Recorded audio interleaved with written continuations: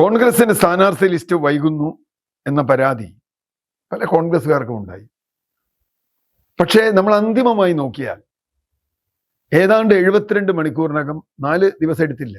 അതിനു മുമ്പ് കോൺഗ്രസിന്റെ 140 മണ്ഡലങ്ങൾ, UDFന്റെ 140 മണ്ഡലങ്ങളിലെയും സ്ഥാനാർത്ഥി വന്നു. അതിനിടയിൽ ഉണ്ടായ നാടകങ്ങൾ, നമ്മുടെ മാധ്യമങ്ങൾ പറഞ്ഞ കാര്യങ്ങൾ, അതൊക്കെ അവിടെ നിൽക്കട്ടെ. എന്നാൽ LDFന്റെ 4 സ്ഥാനാർത്ഥികൾ വന്നത് 6-ാം ദിവസമാണ്. 6-ാം ദിവസം 4 സ്ഥാനാർത്ഥികൾ ഇപ്പോഴാണ് ആരോഗ്യ കരമന സുധീറോ അങ്ങനെ ആരോഗ്യം എവിടെ നോക്കിയോ ആളെ തപ്പിപ്പിടിച്ച് 4 മണ്ഡലങ്ങളിൽ താനൂരും വള്ളിക്കുന്നും തിരുവനന്തപുരത്തും കാസർഗോഡും ഒക്കെ ആരോഗ്യവും സ്ഥാനാർത്ഥിയാക്കി. അതാരോട്ടെ, LDFന് എപ്പോഴും തീരുമാനിക്കാം. പക്ഷേ UDFിലാകെ തർക്കമാണ്, UDFിലാകെ പ്രശ്നമാണ് എന്ന് നമ്മുടെ മാധ്യമങ്ങൾ ഇട്ട വാർത്ത ഒന്ന് പുനഃപരിശോധിക്കേണ്ട കാര്യമുണ്ട് എന്നാണ് എനിക്ക് തോന്നുന്നത്. നമ്മുടെ മാധ്യമങ്ങളുടെ വിശ്വാസ്യത പ്രതിപക്ഷ നേതാവ് പറഞ്ഞ പോലെ പുനഃപരിശോധിക്കപ്പെടണം. കാരണം എന്തൊക്കെയാണ് വാർത്ത വന്നത്? കെ സുധാകരനെ പറ്റി വന്ന വാർത്തയിൽ നമുക്ക് തുടങ്ങാം. അതാണല്ലോ ഏറ്റവും കൂടുതൽ ചൂടായി വന്ന വാർത്ത. കെ സുധാകരൻ മാധ്യമങ്ങളോട് വല്ലതും പറഞ്ഞു? ഞാൻ കേട്ടത് മാധ്യമങ്ങളോട് അദ്ദേഹം പറഞ്ഞത് അവസാനം പാർട്ടിയെ എന്നേക്കാൾ എത്രയോ വലുതാണ്, പാർട്ടി പറഞ്ഞാൽ സ്ഥാനാർത്ഥിയാവും, അല്ലെങ്കിൽ ആവില്ല, സ്വതന്ത്രനായി മത്സരിക്കാൻ ഞാൻ ആരാണ് എന്നാണ് സുധാകരൻ ചോദിച്ചത്. പിന്നെ സുധാകരൻ്റെ ഉള്ളിൽ മനസ്സ് പഠിക്കുന്ന മനഃശാസ്ത്രജ്ഞന്മാർ ആരെങ്കിലും അത് ചെയ്തിട്ടുണ്ടോ എന്ന് എനിക്കറിയില്ല. സുധാകരൻ്റെതായ ഒരു വാക്കില്ല. നമ്മൾ കണ്ടു, സുധാകരന്റെ റൂമിലേക്ക്, ഗോദാവരി എന്ന് പറയുന്ന ബിൽഡിങ്ങിലേക്ക് ഒരാളും കടന്നിട്ടില്ല, ഒരു മാധ്യമപ്രവർത്തനം കടത്തിയിട്ടില്ല. അവിടെ അങ്ങനെ ഒരു മാധ്യമപ്രവർത്തകൻ വിളിച്ചു ചോദിക്കുന്നുണ്ട്, അവിടെ ആരെങ്കിലും ഉണ്ടോ സുധാകരന്റെ വീട്ടിൽ? ആരുമില്ല. കുറെ ദിവസമായി ആരുമില്ല. ആരൊക്കെയോ സുധാകരനെ വിളിക്കുന്നു, അവര് വിളിക്കുന്നു, ഇവര് വിളിക്കുന്നു, ആന്റണി വിളിക്കുന്നു എന്നൊക്കെ വാർത്തയുണ്ട്. ആന്റണി ഒന്ന് പറഞ്ഞു, ഞാൻ സുധാകരനെ വിളിച്ചിരുന്നു. തീർച്ചയായും വിളിക്കുമല്ലോ. സുധാകരൻ മത്സരിക്കണമെന്ന് ആഗ്രഹിക്കുന്നു, തെറ്റൊന്നുമില്ല. കേരള രാഷ്ട്രീയത്തിലാണ് തനിക്ക് കൂടുതൽ നിൽക്കുക. പക്ഷെ ഒരു പ്രശ്നമുണ്ട്, സുധാകരൻ മത്സരിച്ച് സുധാകരനിൽ മാത്രം നിൽക്കില്ല ആയിരിക്കും. അടൂർ പ്രകാശിനും താല്പര്യം ഉണ്ടാവും. അദ്ദേഹം സംസ്ഥാന രാഷ്ട്രീയത്തിൽ മന്ത്രിയായിരുന്ന ആളാണ്. കോന്നി പോലൊരു മണ്ഡലം പിടിച്ചെടുക്കാൻ, അല്ലെങ്കിൽ കണ്ണൂർ പോലൊരു മണ്ഡലം പിടിച്ചെടുക്കാൻ സുധാകരൻ വേണം. MK രാഘവൻ പറഞ്ഞ് ശരിയാണ്. വിജയിക്കാവുന്ന മണ്ഡലങ്ങളിൽ മത്സരിച്ചു കൂടെ എന്ന് എന്നോട് ചോദിച്ചു. ഞാൻ ഹൈക്കമാൻഡ് തീരുമാനിച്ചാൽ മത്സരിക്കാം, അല്ലെങ്കിൽ മത്സരിക്കില്ല എന്ന് പറഞ്ഞു. സിമ്പിൾ അല്ലേ കാര്യം? സുധാകരനും പറഞ്ഞതല്ലേ, അടൂർ പ്രകാശും പറഞ്ഞതല്ലേ. എവിടുന്നാണ് ഇത്രയും വാർത്തകൾ ഇവരിങ്ങനെ ഉണ്ടാക്കുന്നത്? സതീശൻ പറഞ്ഞ പോലെ 1-2 ചാനലുകൾ ചെയ്തതാവാം എന്ന സതീശന്റെ വാദം തള്ളിക്കളയാൻ പറ്റില്ല. രണ്ടാമത്തെ കാര്യം, ഇന്നലെ കേട്ടത് KC വേണുഗോപാലും സതീശനും തമ്മിൽ അടിയായി കൊച്ചി സീറ്റിന്റെ കാര്യത്തിൽ. സതീശൻ ഇറങ്ങിപ്പോയി. ഞാൻ മനസ്സിലാക്കിയെടുത്തോളം, ചില മാധ്യമപ്രവർത്തകർ പറഞ്ഞെടുത്തോളം, ഈ ഇലക്ഷൻ കമ്മിറ്റി, CEC എന്ന് പറയുന്ന കമ്മിറ്റി വളരെ കുറച്ച് നേരെ കൂടിയിട്ടുള്ളൂ. 24 മണിക്കൂറും സതീശൻ പറഞ്ഞു, 24 മണിക്കൂർ ഇവിടുന്ന് 50 പേരുടെ പട്ടിക കൊണ്ട് ചെല്ലുമ്പോൾ അന്ന് CECയുടെ അധ്യക്ഷൻ അവിടെ വന്നിട്ടില്ല. അന്ന് അദ്ദേഹത്തിന് തിങ്കളാഴ്ച അദ്ദേഹത്തിന് വരാൻ പറ്റിയില്ല, അദ്ദേഹത്തിന് അസുഖമാണ്. ഇത് മാധ്യമങ്ങളോട് പറയുന്നുണ്ട്. എന്നിട്ടും 24 മണിക്കൂർ കൊണ്ട് എന്ത് ചെയ്തില്ല, 24 മണിക്കൂർ കൊണ്ട് എന്ത് ചെയ്തില്ല എന്ന് ചോദിച്ചു. തീർച്ചയായിട്ടും അവർക്ക് ചോദിക്കാം, 24 മണിക്കൂർ എന്ന് പറഞ്ഞല്ലോ. അന്ന് മിസ്റ്ററി ഉണ്ടായിരുന്നെങ്കിൽ ഞങ്ങൾ 55 സീറ്റ് 24 മണിക്കൂറിനകത്ത് പ്രഖ്യാപിക്കുമായിരുന്നു എന്നാണ് സതീശൻ പറയുന്നത്. അത് വിശ്വസിക്കേണ്ടതുണ്ട്. കാരണം വലിയ മാറ്റങ്ങളൊന്നും ആ ലിസ്റ്റിൽ പിന്നെ ഉണ്ടായില്ല. രണ്ടാമത്തെ ലിസ്റ്റ്, ബാക്കി 37 സ്ഥാനാർത്ഥികളുടെ ലിസ്റ്റിനാണ് തർക്കം വരുന്നത്. ഈ തർക്കമുണ്ടോ എന്ന് പറയുന്നത് തീർച്ചയായിട്ടും ഉണ്ടാവും. കോൺഗ്രസിന്റെ സ്ഥാനാർത്ഥി ലിസ്റ്റിൽ തർക്കം ഉണ്ടാവും, 1-2 പേരുകൾ ഉണ്ടാവും. CPM അല്ലല്ലോ അത്. അത് ശരിയല്ലേ? ഒരൊറ്റ കേന്ദ്രത്തിൽ നിന്ന് ഒരാൾ പറഞ്ഞാൽ അയാൾ മതി, ഇയാൾ വേണ്ടെന്ന് പറയാൻ. അങ്ങനെ സ്ഥാനാർത്ഥിയാവാൻ ആളുകളുണ്ടോ? അങ്ങനെയാണോ സ്ഥാനാർത്ഥി നിശ്ചയിക്കേണ്ടത്? എനിക്കറിയില്ല. അവർ പറയുന്നത്, കോൺഗ്രസ് അവകാശപ്പെടുന്നത്, താഴെ തട്ടിൽ നിന്ന് PCC കൊടുത്ത ലിസ്റ്റും കൊണ്ട് 4 പേർ അവർ നിരന്തരം ഉണ്ടായിരുന്നു. KPC പ്രസിഡന്റ് ഉണ്ടായിരുന്നു, പ്രതിപക്ഷ നേതാവ് സതീശൻ ഉണ്ടായിരുന്നു, മുൻ പ്രതിപക്ഷ നേതാവ് രമേശ് ചെന്നിത്തല ഉണ്ടായിരുന്നു. ഇതിന്റെ സംഘടനാ ജനറൽ സെക്രട്ടറി എന്ന അർത്ഥത്തിൽ, ഹൈക്കമാൻഡിന്റെ പ്രതിനിധി എന്ന അർത്ഥത്തിൽ KC വേണുഗോപാൽ ഉണ്ടായിരുന്നു. ഇവരാണ് കേരളത്തിൽ നിന്ന് 4 പേർ. ഈ 4 പേർ 6-7 സീറ്റിൽ ചിലപ്പോൾ തർക്കങ്ങൾ ഉണ്ടാവും. തർക്കങ്ങൾ ഉണ്ടാവുന്ന എന്തുകൊണ്ടാണ്? ജനാധിപത്യത്തിൽ അങ്ങനെയുണ്ട്.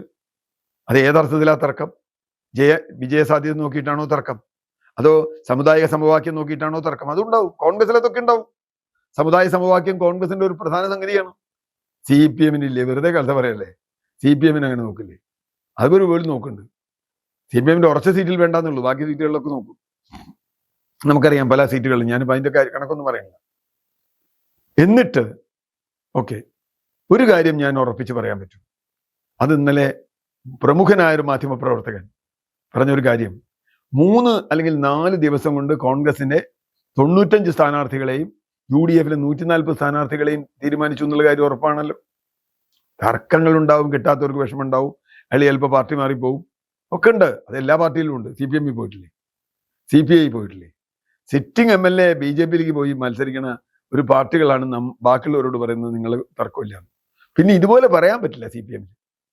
CPMൽ TK ഗോവിന്ദനോ VA കുഞ്ഞികൃഷ്ണനോ G സുധാകരനോ PK ശശിയോ ഒക്കെ ആയിട്ടേ പറയാൻ പറ്റൂ, അല്ലെങ്കിൽ S രാജേന്ദ്രൻ, അങ്ങനെ പറയാൻ പറ്റൂ. പുറത്തു പോയിട്ടേ പറയാൻ പറ്റൂ. പറഞ്ഞാവും പുറത്താണ്. കോൺഗ്രസിൽ അങ്ങനെയില്ല. എനിക്ക് മത്സരിക്കണമെന്നുണ്ടെന്ന് ഒരാൾ പറഞ്ഞാൽ അതിലെന്താ തെറ്റ്? ജോസഫ് വാഴക്കൻ, ദീപ്തി മേരി വർഗീസ് ഇതൊക്കെ സീറ്റ് കിട്ടുമെന്ന് പ്രതീക്ഷിച്ചവരാണ്. റിയാസ് മുക്കോളി സീറ്റ് കിട്ടുമെന്ന് പ്രതീക്ഷിച്ചവരാണ്. പ്രതീക്ഷിക്കുമല്ലോ സ്വാഭാവികമായും. ഈ CPMലെ ആളുകൾ സന്യാസിമാരൊന്നും അല്ലല്ലോ. സീറ്റിന് വേണ്ടി ഏത് അറ്റം വരെയും പോകുന്ന, ഏത് നാറിയ കളിയും കളിക്കുന്ന ആളുകൾ CPMലുണ്ട്, CPIയിലുണ്ട്, കോൺഗ്രസിലുണ്ട്, BJPയിലുണ്ട്, എല്ലാ പാർട്ടിയിലുണ്ട്. അതിനോട് തെറ്റുമില്ല. അപ്പോൾ വിചാരിച്ച എല്ലാവർക്കും സീറ്റ് കൊടുക്കാൻ പറ്റില്ല. ശൈലജ ടീച്ചറുടെ കാര്യം നമ്മൾ കേട്ടല്ലോ. അതിൽ മരുമോനെ മുഖ്യമന്ത്രിയാക്കാൻ വേണ്ടിയാണ് ശൈലജ ടീച്ചറെ വെട്ടിയത് എന്ന് അഭിപ്രായമുള്ളവർ പാർട്ടിക്കകത്തില്ലേ? TK ഗോവിന്ദന്റെ ഭാര്യയാക്കാൻ വേണ്ടിയാണ് ബാക്കി പലരെയും വെട്ടിയത്, സുകന്യെ പോലുള്ളവരെ വെട്ടിയത്, അല്ലെങ്കിൽ ശൈലജ ടീച്ചറെ അവിടെ നിർത്താതിരുന്നെന്ന് പറഞ്ഞ് നമ്മളല്ലല്ലോ. ഇന്നലെ വരെ CPMന്റെ സംസ്ഥാന സെക്രട്ടറി, അല്ലെ ജില്ലാ സെക്രട്ടേറിയറ്റ് മെമ്പറായിരുന്ന സഖാവ് TK ഗോവിന്ദനല്ലേ. അപ്പൊ ഇതൊക്കെ ഉണ്ടാവും, ആ തർക്കങ്ങളൊക്കെ ഉണ്ടാവും. ജനാധിപത്യത്തിൽ അത് ഉണ്ടാവണം, അതുകൊണ്ടൊന്നും തെറ്റൊന്നുമില്ല. പക്ഷെ അത് CPMൽ ഒരു കുഴപ്പമില്ല, LDFിൽ ഒരു കുഴപ്പമില്ല ഉണ്ടാകും. ഞാൻ യഥാർത്ഥത്തിൽ കേരളത്തിലെയും കേന്ദ്രത്തിലെയും കോൺഗ്രസ് നേതാക്കന്മാർക്ക് അഭിനന്ദനം പറയേണ്ട ഒരാളാണ്.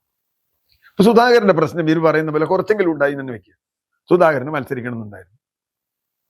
എന്തൊക്കെയാണ് സുധാകരനെ പറ്റി ഇവിടെ വന്ന വാർത്തകൾ? ഒരു ദിവസം സുധാകരന് സീറ്റില്ല, അടൂർ പ്രകാശ് സീറ്റില്ല എന്ന് പറയും. പിറ്റേ ദിവസം രാവിലെ സുധാകരന് സീറ്റ് കൊടുക്കാൻ തീരുമാനിക്കുന്നു, അടൂർ പ്രകാശിന് സീറ്റ് ഉണ്ടെന്ന് പറയുന്നു. കണ്ണൂർ കോന്നി വിട്ട് ബാക്കി മണ്ഡലങ്ങളൊക്കെ തീരുമാനമായി എന്ന് ഇവിടെ ചാനലുകൾ പറയാം.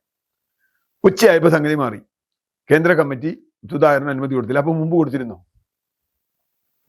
ആദ്യം മുതൽ പറയുന്ന ഒരു കാര്യം, MP മാർ മത്സരിക്കണോ എന്ന കാര്യം ഹൈക്കമാൻഡാണ് തീരുമാനിക്കുക. ഹൈക്കമാൻഡ് എപ്പോഴെങ്കിലും MP മാർ മത്സരിക്കണം തീരുമാനിച്ചോ? ചോദ്യം അതാണ്. കോൺഗ്രസ് നേതൃത്വം പറയുന്നത് ശരിയാണെങ്കിൽ ഹൈക്കമാൻഡ് അങ്ങനെ ചിന്തിച്ചിട്ടേ ഇല്ല. ഉറച്ച നിലപാടാണ് ഹൈക്കമാൻഡ് അക്കാര്യത്തിൽ എടുത്തത്. ഇതിന് പല കാരണങ്ങളുണ്ട്. ഒന്ന്, ഒരാൾ തുടങ്ങിയ ബാക്കിയുള്ളവർക്ക് വരും. 2, ഉപതെരഞ്ഞെടുപ്പ് വരില്ലേ? സുധാകരനും അല്ലെങ്കിൽ ബാക്കി ആരെങ്കിലുമൊക്കെ ജയിച്ചാൽ, അടൂർ പ്രകാശം ജയിച്ചാൽ, ഒരു ഉപതെരഞ്ഞെടുപ്പ് വന്നാൽ ആ ഉപതെരഞ്ഞെടുപ്പിൽ LDF വിജയിക്കുകയോ BJP വിജയിക്കുകയോ ചെയ്താൽ പിന്നെ നിൽക്കാൻ പറ്റുമോ? പ്രത്യേകിച്ചും ആറ്റിങ്ങൽ പോലൊരു മണ്ഡലത്തിൽ BJPക്ക് വിജയസാധ്യത ഉണ്ടെന്ന് തൊട്ടടുത്ത് നിൽക്കുന്ന ഒരു മണ്ഡല. അന്നത്തെ ഒരു രാഷ്ട്രീയ സാഹചര്യം അനുസരിച്ച് BJP ഒരു MP കേരളത്തിൽ നിന്ന് കൂടി ഉണ്ടാക്കിയാലോ? അങ്ങനെ റിസ്ക് എടുക്കാൻ ഹൈക്കമാൻഡിന് പറ്റില്ല. ഒരു MP കുറയ്ക്കാൻ പറ്റില്ല. പിന്നെ എല്ലാ നേതാക്കന്മാർക്കും കുറച്ച് ഉപഗ്രഹ ആളുകളുണ്ട്. അവരെ ഉപയോഗിച്ചിട്ടാണ് ഇവർ ഈ വാർത്ത ഉണ്ടാക്കുന്നത്. സുധാകരൻ 15 മണ്ഡലങ്ങളിൽ മത്സരിക്കും, 25 മണ്ഡലങ്ങളിൽ മത്സരിക്കും. കണ്ണൂർ നോമിനേഷൻ കൊടുക്കാൻ സുധാകരൻ എല്ലാ പേപ്പർ റെഡിയാക്കിയിട്ടുണ്ട്. പേപ്പർ ചിലപ്പോൾ റെഡിയാക്കിയിട്ടുണ്ടാവും. ഹൈക്കമാൻഡ് സമ്മതിച്ചാൽ മത്സരിക്കാൻ ആ നേരത്തെ പോയി പേപ്പർ എടുക്കാൻ പറ്റും? പറ്റില്ലല്ലോ. ഞാൻ മത്സരിക്കാൻ ആലോചിക്കുന്നുണ്ടെങ്കിൽ ഞാൻ എല്ലാ പേപ്പറും ശരിയാക്കും.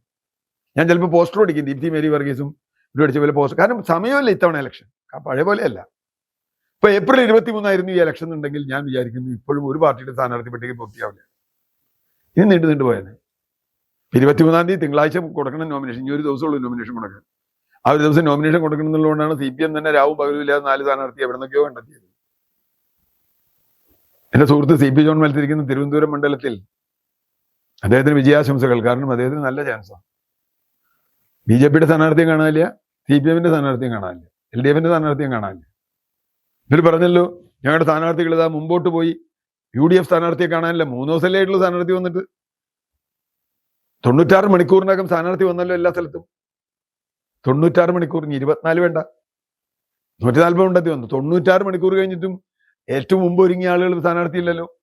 തിരുവനന്തപുരം സെൻട്രൽ പോലെ സിറ്റിംഗ് സീറ്റാണ് LDFന്റെ. എന്തേ സ്ഥാനാർത്ഥി വരാഞ്ഞത്? സിറ്റിംഗ് സീറ്റിൽ എന്താ വരാഞ്ഞത്? നമുക്ക് അതിന്റെ ക്രൈറ്റീരിയ ഒക്കെ ചോദ്യം ചെയ്യാം. എല്ലാ സ്ഥാനാർത്ഥികളും ക്രൈറ്റീരിയ ചോദ്യം ചെയ്യാം.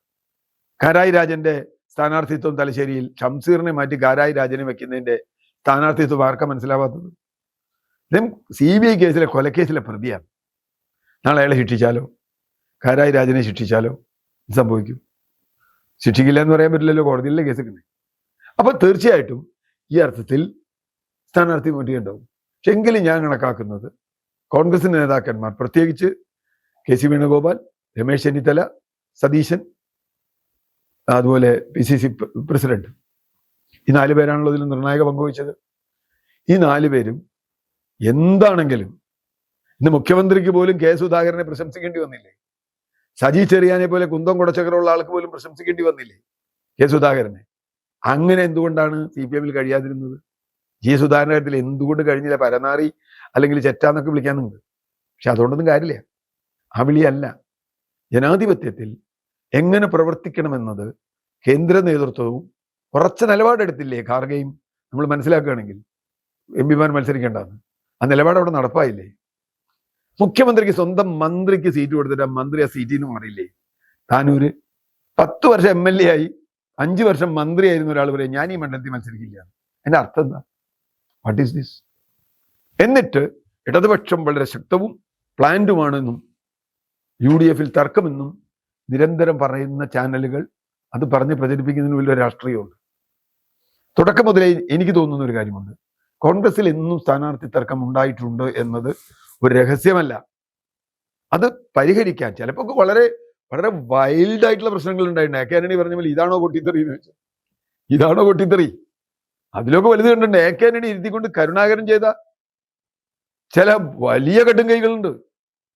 ഒറ്റ ഉദാഹരണം പറയാം. ഈ എനിക്കൊണ്ട് 2001-ലാണ് 96-ലോ അങ്ങനെ എന്തോ ആണ് കരുണാകരൻ ജയിച്ച ഇലക്ഷൻ 91-ൽ 3 മണ്ഡലത്തിലെ സ്ഥാനാർത്ഥികൾ നോമിനേഷൻ കൊടുത്തു. വടക്കേക്കര, ആറന്മുള, പിന്നെ ഒരു മണ്ഡലം കൂടി. 3 മണ്ഡലത്തിലെ കോൺഗ്രസ് സ്ഥാനാർത്ഥികൾ നോമിനേഷൻ കൊടുത്തു, പോസ്റ്റർ ഒട്ടിച്ചു വ്യാപകമായി. വടക്കേക്കരയിൽ ധനപാലൻ, ആറന്മുളയിൽ വേറെ ആരോ ഒരാൾ. കരുണാകരൻ വിട്ടുപിടിച്ചു. ഡൽഹിയിൽ നിന്ന് ലിസ്റ്റും കൊണ്ടുവന്നു, പോസ്റ്ററൊക്കെ മായ്ക്കാൻ പറഞ്ഞു, ചുമരെഴുത്ത് മായ്ക്കാൻ പറഞ്ഞു. വടക്കേക്കര ഇടതുപക്ഷത്തിന്റെ അതിശക്തമായ മണ്ഡലം, ശർമ്മ എന്നും ജയിച്ചു വരുന്ന ഒരു മണ്ഡലം. അവിടെ ഒരു ധനപാലൻ എന്ന് പറയുന്ന അറിയപ്പെടുന്ന ഒരാളെ മാറ്റി ചന്ദ്രശേഖരൻ എന്ന് പറയുന്ന കരുണാകരനെ നോമിനി വെച്ചു. ആറന്മുളയിൽ മാലയത്ത് സരളാദേവി വെച്ചു. എന്താ സംഭവിച്ച അവസാനം? എല്ലാ കാലത്തും LDF ജയിക്കുന്ന സീറ്റായ വടക്കേക്കരയിൽ ആ തവണ നമ്മുടെ ഇപ്പോഴത്തെ മന്ത്രി P. രാജീവാണ് തോറ്റത്. P. രാജീവ് തോറ്റു, ചന്ദ്രശേഖരൻ ജയിച്ചു. ഈ അടിപിടിയൊക്കെ കഴിഞ്ഞിട്ട് മാലയത്ത് സരളാദേവി ആറന്മുളയിൽ ജയിച്ചു. ഔദ്യോഗിക സ്ഥാനാർത്ഥി തോറ്റു, ഔദ്യോഗിക സ്ഥാനാർത്ഥി മത്സരിച്ചില്ല, CPM തോറ്റു. ഞാൻ പറഞ്ഞു വന്നത്, ഇത് മാനേജ് ചെയ്യുക എന്നുള്ളത് ജനാധിപത്യത്തിൽ ഒരു ടാക്ടിക്സ് ആണ്. വ്യത്യസ്ത അഭിപ്രായങ്ങൾ ഉണ്ടാവുക, അവരെ മാനേജ് ചെയ്യുക. ആ അർത്ഥത്തിലാണ് ഞാൻ കെ.സി. വേണുഗോപാലിനെയും രമേശ് ചെന്നിത്തലയെയും സതീശനെയും അഭിനന്ദിക്കുന്നത്. മാനേജ് ചെയ്ത് അവർ ഇത്ര എത്തിച്ചല്ലോ. ഇപ്പം ഇനി ഒന്നും പറയാനില്ലല്ലോ. അവിടെ എവിടെയും സ്ഥാനാർത്ഥി കിട്ടിയില്ല എന്നുള്ള ചില ആളുകൾ മാറുന്നു, അതൊന്നും ഇനി നോക്കണ്ട. അതിനേക്കാളൊക്കെ പ്രധാനം UDF മുന്നോട്ട് വയ്ക്കുന്ന രാഷ്ട്രീയം, LDF മുന്നോട്ട് വയ്ക്കുന്ന രാഷ്ട്രീയം. BJP ആണെങ്കിൽ തകർന്ന് അടിഞ്ഞു പോയ പോലെയാണ് ഇപ്പോൾ രാഷ്ട്രീയം കാണുന്നത്. സ്ഥാനാർത്ഥി തന്നെ എവിടേക്ക് ആയി എന്ന് അവർക്ക് തന്നെ നിശ്ചയമുണ്ടോ എന്ന് എനിക്കറിയില്ല. ആരൊക്കെയോ സ്ഥാനാർത്ഥിയാവണം, ആരൊക്കെയോ വരണം, എല്ലാത്തിലും അവർക്ക് എതിർപ്പുണ്ട്. അപ്പോൾ തീർച്ചയായിട്ടും UDF-ന് അഭിമാനിക്കാവുന്ന തരത്തിലാണ് സ്ഥാനാർത്ഥി നിർണയം നടന്നിട്ടുള്ളതെന്നുള്ളതാണ്. അവരുടെ പതിവിനേക്കാൾ മെച്ചപ്പെട്ട രീതിയിലാണ്. ഇത്ര മാധ്യമങ്ങൾ ഉണ്ടായതുകൊണ്ടാണ് ഇതൊക്കെ ഇങ്ങനെ ചർച്ച ചെയ്തത്. അല്ലെങ്കിൽ ദിവസം രാവിലെ ഒരു പത്രം വരുമ്പോഴല്ലേ നമ്മളിതൊക്കെ അറിയുള്ളൂ. ഇതിപ്പോൾ അപ്പം കൊടുക്കുകയാണ്. അതുകൊണ്ട് ഇപ്പോഴും LDF-ന് ആവാത്ത സീറ്റുകളിലേക്ക് മാധ്യമങ്ങൾ ആരെങ്കിലുമൊക്കെ സ്ഥാനാർത്ഥിയെ കൊടുക്കുമോ, BJP-ക്ക് പറ്റാത്ത സീറ്റുകളിലേക്കൊക്കെ സ്ഥാനാർത്ഥി ഉണ്ടാക്കി കൊടുക്കുമോ എന്ന് എനിക്കറിയില്ല. ഏതായാലും തെരഞ്ഞെടുപ്പ് ഫലം വരുമ്പോൾ അത് നമുക്ക് വളരെ വ്യക്തമാകും.